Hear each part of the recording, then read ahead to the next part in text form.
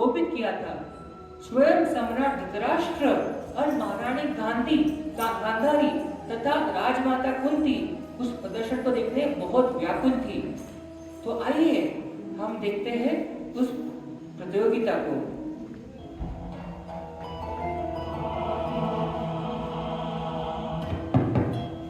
स्वागत है सभी का। वर्षों से गुरुकुल की शिक्षा प्राप्त करने के बाद आज गुरुकुल के सारे शिष्य अपनी कलाओं का प्रदर्शन करेंगे। हमारे साथ उपस्थित है दो सर्वश्रेष्ठ गदाधर, भीम और दुर्योधन। ये दोनों अपनी कलाओं का प्रदर्शन करेंगे।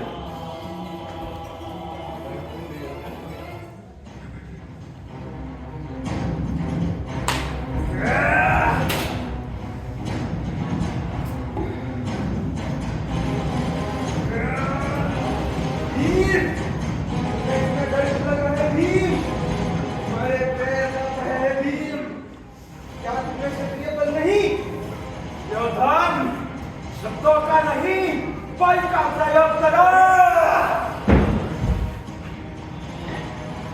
आ जाओ भीम, तुम्हारी खोपड़ी को चूर चूर कर दूंगा मैं।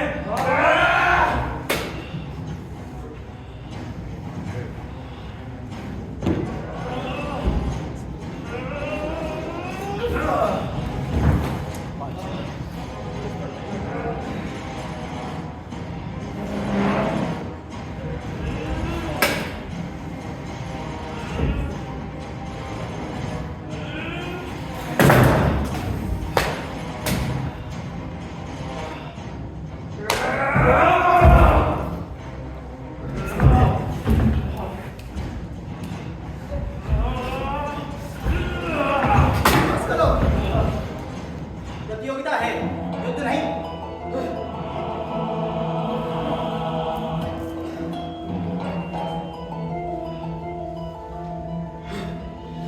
अब मैं मेरे सबसे प्रिय शिष्य अर्जुन को मंच पे आमंत्रित करता हूँ। अर्जुन, यशस्वी हो। अभी अब अर्जुन अपने अस्त्रों का प्रयोग करेगा और अपनी कला का प्रदर्शन करेगा। वायु अस्त्र,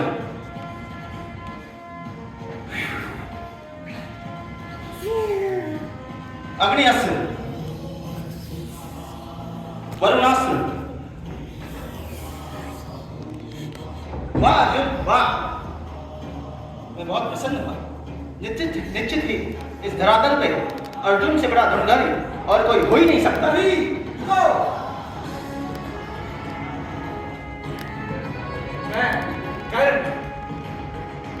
ब्राह्मण देवता, अगर ये आपकी अनुमति है, मैं मेरे धनुर्धर सारी कौशल को आपके सामने, सब प्रजा के सामने प्रदर्शित करना चाहूंगा और बेहतर, और जरूर मैं अर्जुन से बेहतर प्रसार कर सकता हूँ। क्या मुझे आपकी अनुमति है? हाँ, इसमें तो कोई संदेह नहीं कि अर्जुन सबसे सर्वश्रेष्ठ धनुर्धर है, परंतु फिर भी अगर तुम्हें अपनी कला का प्रदर्शन करना है तो अनुमति है।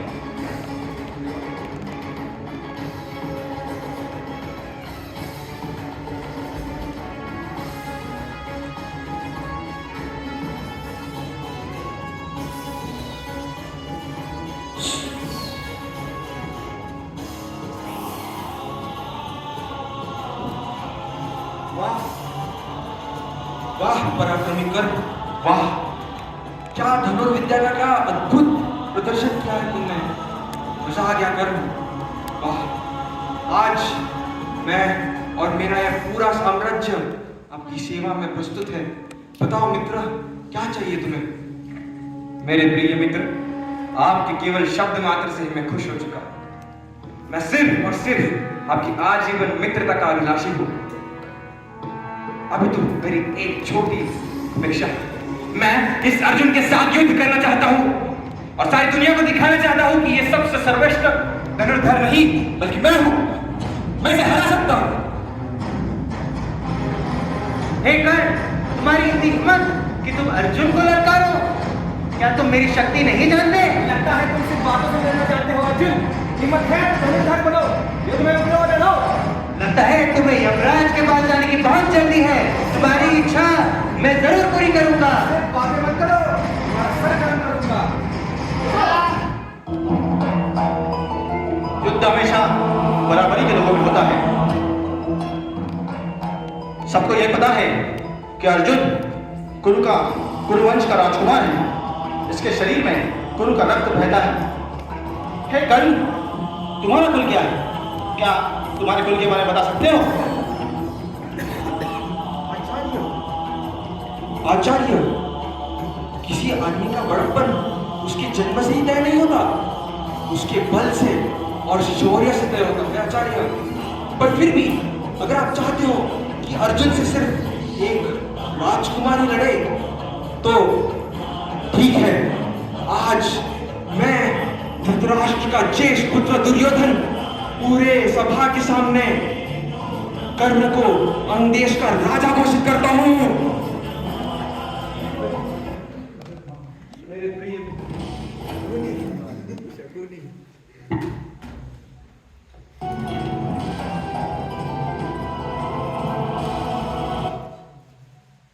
हे अर्जुन, अब तो कोई बराबरी वाली बात नहीं, चलो लड़ते हैं।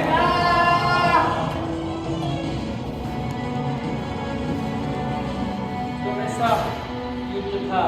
उस प्रदर्शना का योजना कुछ और थी और कुछ और ही हो गया।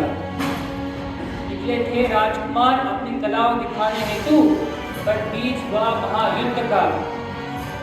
कर्ण एक कुशल योद्धा था, परंतु हृदय से बड़ा दुर्बल हो गया था। मित्रता के नाम पर वो बहुत सारे गलत कार्य करने लगा। दुर्योधन सदैव पांडवों से बहुत ईर्ष्या करता था। कर्ण की मित्रता प्राप्त करने के पश्चात उसकी ईर्ष्या और बढ़ गई। उसकी घृणा उसकी ज्वालामुखी ऐसी फूटने लगी। वस्तुतः दुर्योधन का कर्ण से मित्रता करने का उद्देश्य केवल और केवल पांडवों के खिलाफ उसका उपयोग करने था। पांडवों को हराकर विजय प्राप्त करने हेतु वो मामा श्री शकुनी के षड्यंत्र को रचने लगा। कर्ण, जिसको दुर्योधन ने सारी सभा के सामने अपमानित होने से बचाकर जिसे अंगराज की पदवी दी थी, वो दुर्योधन से बहुत स्नेह करने लगा था।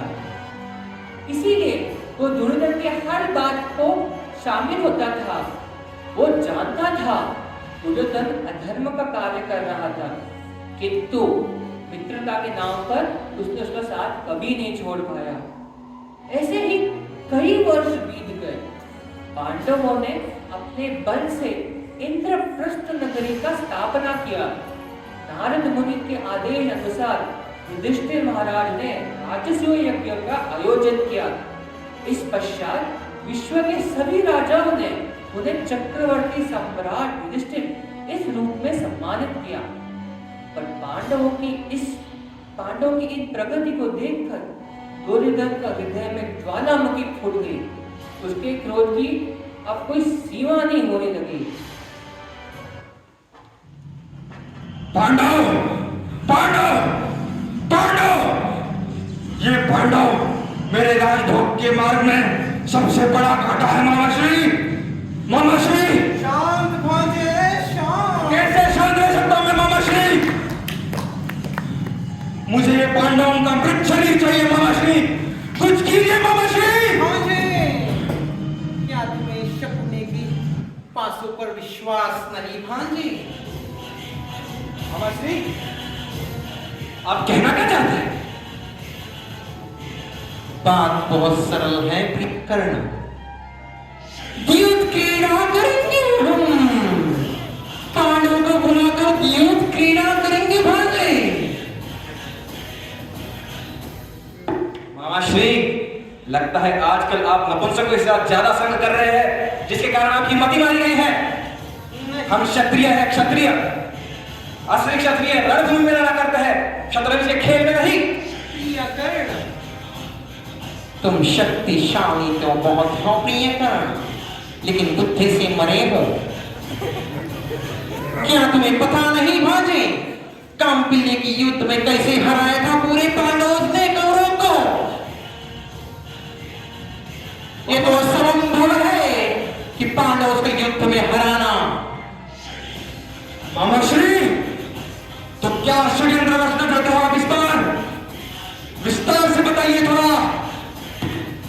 षड्यंत्र बहुत सरल है भांजे। पांडवों को यहाँ पर बुलाकर युद्ध क्रीड़ा करेंगे भांजे, और इस शकुनी को युद्ध क्रीड़ा में हराना तो असंभव है। प्रिय कर्ण, समझ रहे हो? क्या तुम्हें पता है? ना भी मुझे धर्मराज भी हरा सकता है, इसके अंदर कोई नहीं हरा सकता भांजे। तो युद्ध क्रीड़ा करेंगे। मेरे प्रिय मित्र, मेरी विवेक बुद्धि यह कार्य करने के लिए बिल्कुल भी राजी नहीं हो रही है, लेकिन फिर भी मैं तुम्हारे साथ हूं। अगर तुम चाहते हो तो हम पांडवों को रणभूमि में भी हरा सकते हैं और शतरंज के खेल में भी। अब निर्णय तुम्हारा है, तुम चुनो, मैं तुम्हारे साथ हूं।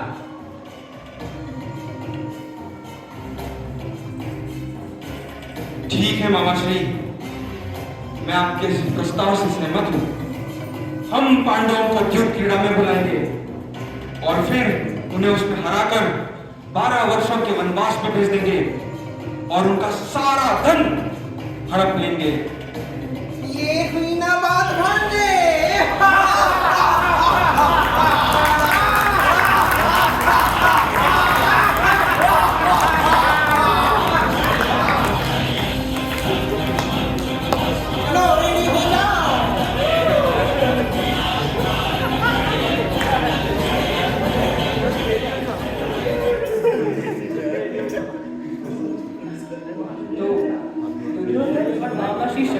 प्रस्ताव से कर्ण ने स्वीकार कर लिया।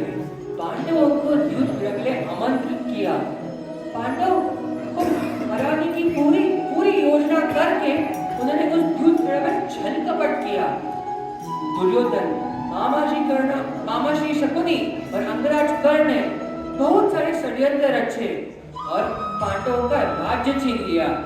उस भरी सभा में पांडवों की पत्नी द्रौपदी का वस्त्र हरण करने का दुस्साहस किया। केवल और केवल दुर्योधन को प्रसन्न करने हेतु ही कर्ण ने द्रौपदी को अनेक अपशब्दों से अपमानित किया। द्रौपदी एक साम्राज्ञी थी, किंतु उस साम्राज्ञी को उसने उस भरी सभा में एक वेश्या बन के खाया। इतना अपमानित, इतना अधर्म करने के बावजूद भी कर्ण का मन विचलित नहीं हुआ। तत्पश्चात युद्ध में हारने के कारण पांडवों को 12 वर्षों का वनवास भुगतना पड़ा और 12 वर्षों के बाद 1 वर्ष का अज्ञातवास भुगतना पड़ा। उस अज्ञातवास में पांडवों को बहुत कष्ट हुए, द्रौपदी को भी बहुत कष्ट सहन करने पड़े, किंतु धर्म का वहन करते उन्होंने उनके सारे वनवास को परिपूर्ण किया। अब 13 समय का वनवास बीत चुका था। अब उन्हें उनका राज्य वापस मिलने वाला था तथा उन्हें एक मंत्री को भेजकर राजा धृतराष्ट्र से कहा कि अपना राज्य उन्हें वापस लौटा दे, किंतु दुर्योधन नहीं माना। वो बहुत ही अधर्मी और बहुत ही गुस्से वाला हो गया था। उसने तो पांडवों को एक गांव देने से इनकार किया। इतना समझाने के बावजूद भी पितामह भीष्म, कुरुगुरु द्रोणाचार्य, कृपाचार्य, मंत्री विदुर सबने बहुत बार कोशिश की, पर दुर्योधन नहीं माना। कर्ण ने भी दुर्योधन को कभी मनाने की कोशिश नहीं की। उसने दुर्योधन के हर फैसले में उसका साथ दिया। अब युद्ध होने वाला है ऐसा निश्चित हो रहा था। एक दिन जब कर्ण प्रातःकाल सूर्य देवता की आराधना कर रहा था, तभी गंगा के किनारे वहां राजमाता कुंती आ पधारी। दान का स्वीकार करें। ब्राह्मण देव, दान का स्वीकार करें। अरे राजमाता कुंती, आपका अंगराज कर्ण के दरबार में स्वागत है। कहिए, ये अधिरथ और राधा का पुत्र आपकी क्या सेवा कर सकता है? नहीं पुत्र,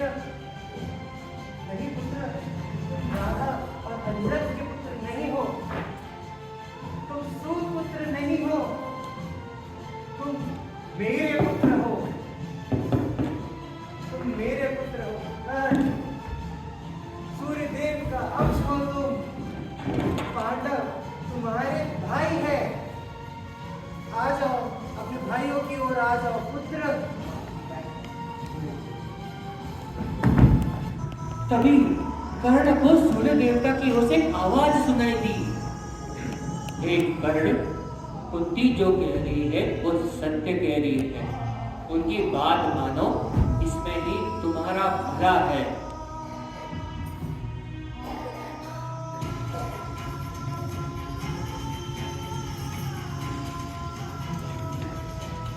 हे माते, मैं आपके शब्दों का सम्मान करता हूं, लेकिन मैं उन्हें स्वीकार नहीं कर सकता। माते, मैं उन्हें स्वीकार नहीं कर सकता। मैं जब छोटा बच्चा था तब आपने मेरा त्याग कर दिया।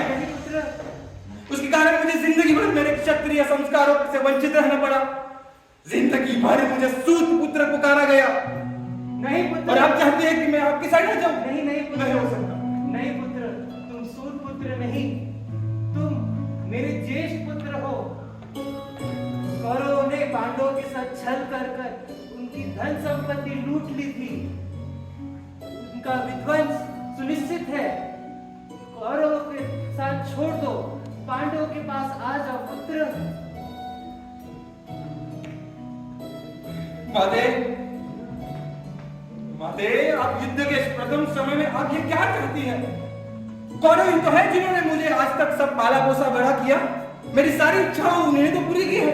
उन्हीं के कारण तो मैं आज राजपाट का भोग कर पा रहा हूं। नहीं माते, नहीं, ये कदापि नहीं हो सकता। मैं दुर्योधन को दगा नहीं दे सकता, उसे दिया हुआ वचन तोड़ नहीं सकता। माते, मैं नहीं तोड़ सकता। मेरी विनती मान लो पुत्र, तुम ही इस युद्ध को रोक सकते हो, तुम ही इस विध्वंस को रोक सकते हो। कृपया मेरी आज्ञा मान लो। वो तुम्हारे भाई है, वो तुम्हारी सेवा करेंगे।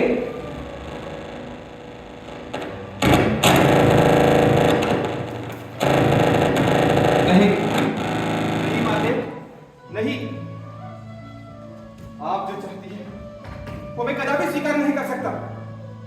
लेकिन एक बात जान लीजिए, आज आप दानवीर अंगराज कर्ण के दरबार में आई है। अंगराज कर्ण के दरबार में आया हुआ कोई भी व्यक्ति खाली हाथ वापस नहीं जाता। मैं आपसे वचन देता हूं माते, युद्ध के पहले आपके 5 पुत्र थे दुनिया की नजर में, और युद्ध के बाद भी दुनिया की नजर में आपके 5 ही पुत्र होंगे। या तो अर्जुन जिंदा रहेगा, वरना मैं। हम दोनों एक साथ जिंदा नहीं रह सकते माते, नहीं रह सकते।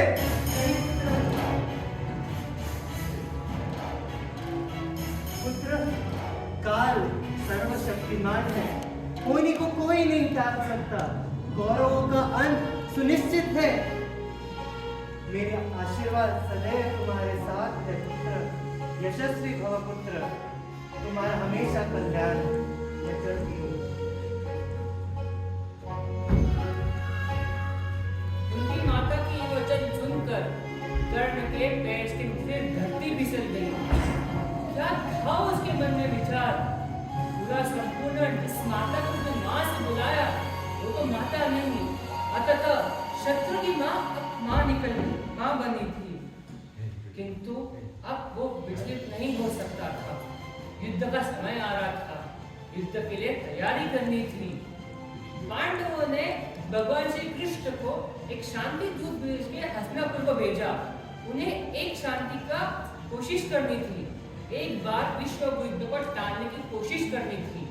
भगवान श्री कृष्ण ने बहुत प्रयत्न किए, दुर्योधन, शकुनी, दुशासन और कर्ण को समझाने का कि अगर ये युद्ध होगा तो केवल कुरु और पांडवों का नहीं परंतु संपूर्ण विश्व का नाश होगा, सारी सेनाओं का नाश होगा, सारे कुरु वंशों का नाश होगा।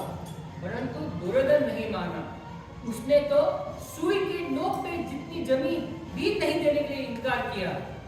अब युद्ध तो होगा ही होगा, शांति की तो कोई बात ही नहीं। ऐसे ही जब भगवान श्री कृष्ण वापस लौट रहे थे विराट नगरी को, तब उन्होंने कर्ण को बुलाया एकांत में।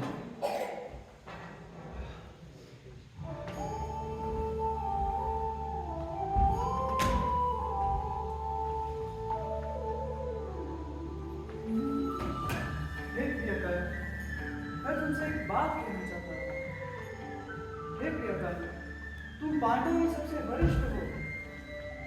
हे प्रिय कर्ण, तुम तुम्हारे माता की तरफ से वृष्णियों से संबंधित हो और पिता की तरफ से पांडवों से संबंधित हो। हे कर्ण, मैं तुमसे निवेदन करता हूँ कि तुम पांडवों की तरफ से आ जाओ। युधिष्ठिर, भीम, अर्जुन, नकुल और सहदेव तुम्हें पूजा करेंगे। पूरे जग पर तुम राज करोगे और तुम्हारी कीर्ति, तुम्हारी प्रतिष्ठा पूरे जग में फैल जाएगी। हे कर्ण, ये सिंहासन, ये राज, ये सब केवल तुम्हारे लिए है। तो मैं ये तुमसे पूछना चाहता हूँ कि तुम ये इतना मूर्खता भरा निर्णय क्यों ले रहे हो? हे कर्ण, कृपया पांडवों की तरफ आ जाओ। हे श्री कृष्ण, हे श्री कृष्ण, मैं जानता हूं आप जो भी कह रहे हैं वो सब मेरे भले के लिए ही है। अपितु मैं जब छोटा बच्चा था भगवंत, कुंती देवी ने स्वयं मेरा त्याग कर दिया। फिर बाद में अजरत और राधा ने ही तो मुझे बचपन से बड़ा किया। एक माता पिता की जो भी कर्तव्य होते हैं उन्हीं ने तो मेरे पूरे किए। हे केशव, उन्होंने मेरे लिए एक सुशील और सुंदर पत्नी का भी चयन किया, जिसके साथ मेरे छोटे छोटे पुत्र हैं। और आप चाहते हैं कि मैं उन सब का त्याग करके आपके साथ आऊं केशव?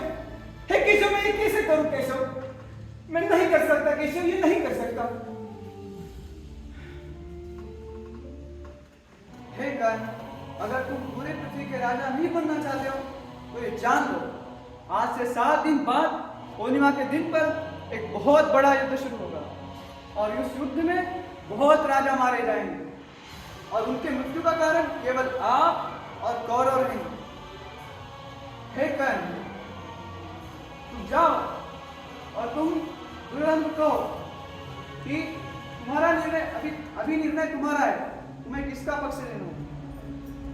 हे मधुसूदन, मैं जानता हूं आप ही पूर्ण पुरुषोत्तम भगवान हैं, अपितु मैंने दुर्योधन को उसके साथ लड़ने का वचन दिया है। हे केशव, आप मुझसे ये क्या मांग रहे हैं? ये बहुत मुश्किल निर्णय है केशव, ये मैं नहीं कर सकता। ये बहुत मुश्किल निर्णय है केशव। दुर्योधन ने पांडवों के साथ युद्ध करने का जो चेष्टा की है वो मेरे दोस्ती के बलबूते पर ही तो की। हे केशव, दुर्योधन ही तो था जिसने मुझे अंग देश का राजा बनाया, जिसके कारण मैं पिछले 15 वर्षों से राजपाट का भोग कर रहा हूं। उसी ने ही तो है मेरी सारी इच्छाएं पूरी की है भगवान। हे कृष्ण, अगर मैं इस युद्ध की इस घड़ी में अगर दुर्योधन का साथ छोड़ दूं तो सारा विश्व मेरे बारे में क्या सोचेगा? लोग कहेंगे कि कर्ण तो कायर था, ये युद्ध की घड़ी में अपने दोस्त का त्याग करके पांडवों के साथ चला गया। कायर कर्ण। हे भगवान, तो मेरी प्रतिष्ठा का क्या होगा? नहीं, ये मैं कदापि सहन नहीं कर सकता भगवान, ये कदापि सहन नहीं कर सकता। मैं जानता हूं विजय श्री आपके चरणों में ही वास करती है, जहां आप हैं विजय श्री वही है। इतना ही नहीं, पांडव धर्म के साथ लड़ रहे हैं और कौरव अधर्म के साथ। हे भगवान, आज तक पांडव और उनकी पत्नी के लिए मैंने जो भी भले बुरे शब्द कहे वो मैंने सिर्फ और सिर्फ दुर्योधन की खुशी के लिए कहे भगवान, सिर्फ और सिर्फ दुर्योधन की खुशी के लिए। वो मेरी इच्छा नहीं थी कृष्ण, मेरी इच्छा नहीं थी। ओ केशव, मैं कौरव के साथ लड़ूंगा। युद्ध के इस घड़ी पर मैं दुर्योधन का साथ नहीं छोड़ सकता। अगर हम विजयी हुए तो हम पूरे संसार का राजपाट का भोग करेंगे, और अगर हम हार गए तो मेरी कीर्ति पूरी दुनिया भर में फैलेगी। पूरी दुनिया मुझे कर्ण, शूरवीर कर्ण के नाम से जानेगी केशव, शूरवीर कर्ण के नाम से जानेगी। मैं दुर्योधन और कौरव के साथ लड़ूंगा, यह मेरा आखिरी निर्णय है। हे कर्ण, ये बहुत दुखद वार्ता होगी अगर आप इस रणांगन में आपका मृत्यु व्यर्थ ही होगा। हे कर्ण, ये आप जानते हैं, आप सच जानते हैं कि विजय पांडवों की तरफ से है, लेकिन कौरवों का संग करने के कारण अब क्या सही है क्या गलत है आप ये नहीं जान पा रहे। हे कर्ण, अब निर्णय आपका। केशव, मैंने निर्णय घोषित कर दिया। मैं तो सिर्फ और सिर्फ दुर्योधन के साथ लड़ूंगा। मैंने उसका नमक खाया है, मैं उसे त्याग कैसे कर सकता हूँ? कर ऋषि।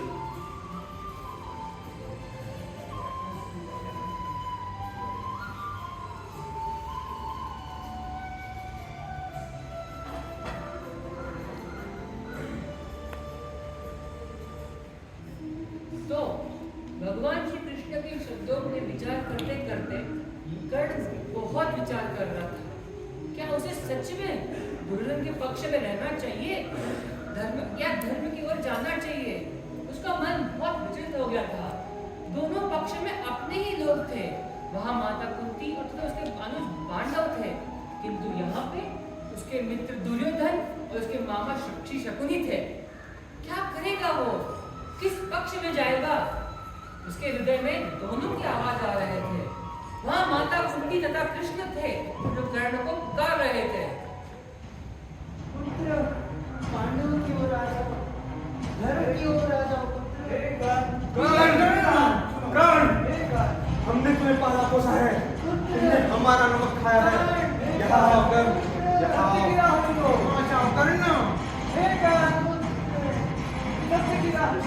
कर्ण, मित्र कर्ण, यहाँ जा मित्र कर्ण।